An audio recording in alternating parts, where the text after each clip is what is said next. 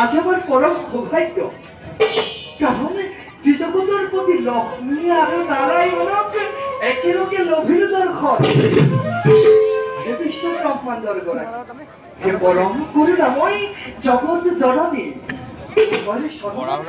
এনেকে নারদর কত সহস্র প্রণিপাত প্রভু।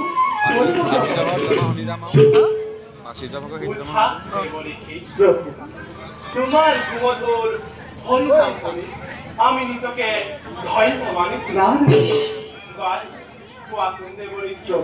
বৈকুণ্ঠত আগমনৰ উদ্দেশ্য উদ্দেশ্য হল মহান প্রভু, উদ্দেশ্য হল বিভিন্ন স্মরণ দর্শন এমন কৃপাত পূর্ণ সম্পর্কে মনোরক্ষা। কিন্তু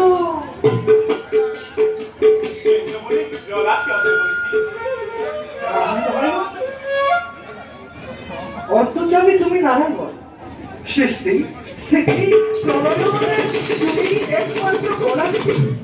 তথাপি তুমি নিক্ষেপ নারদ খরিষা দেখিয়া সংক্ষেপতে কম আর দুর্জনের অত্যাচার ধরিত্রী দেবী আজি ম্যানমার হই অহরিখে তোমার ধরিত্রী উদ্ধারের উপায় কেতে করিব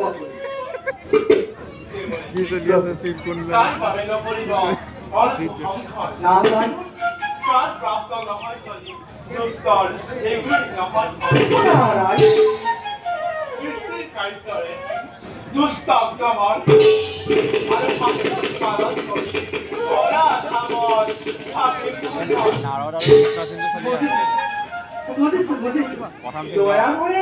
নিশ্চয় নতুন লীলাৰ মেলিব পাতো তুমি মোক সহায় কৰিব নাৰায়ণ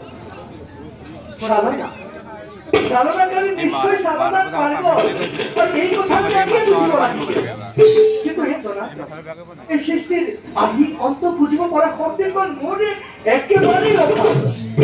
এই সমগ্ৰ সৃষ্টি চলিছে যাৰে মাথুইদি ইংগিত, আৰু এই ইংগিতৰ শিক্ষাকণ পালেহে আমি আপোনাৰ নৱচাৰ কৰিব পাৰিম।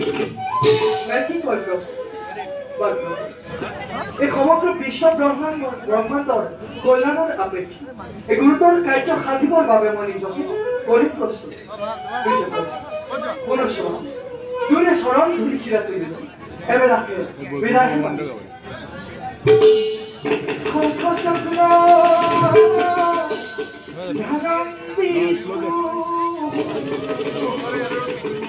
শ্যামলা নমস্কাৰ